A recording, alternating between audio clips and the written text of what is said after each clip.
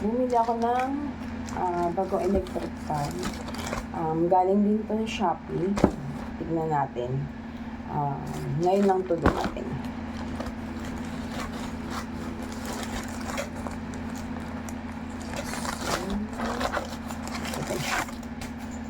So, ito yung itsura niya. Medyo kuping-kuping na yung sira pa yung box. So, sana effective to. Ang bili ko dito is 203. Walang shipping kasi may promo nun or may voucher nun sa Shopee. So, sana gumagana siya kasi sira-sira na yung box niya. So, ito yung laman.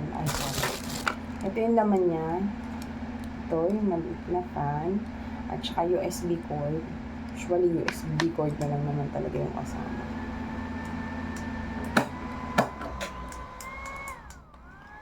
So, meron siyang 1, 2, 3, 4. So tatlo lang. 1, 2, 3. 4 is patay na siya.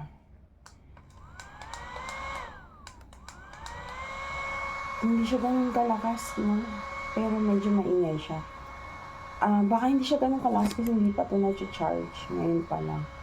Tignan natin. May isa pa akong electric pan. Matagal na to. Ayun, sira na nga eh.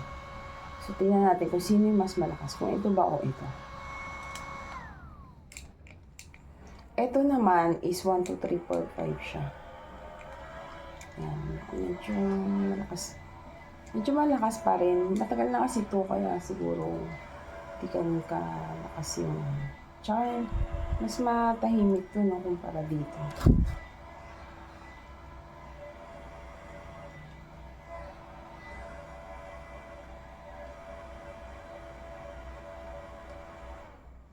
So, hindi yung uso na electric pan yung binili ko, yung Jujitsu ba yun? Kasi mahal yun, nasa 1,000.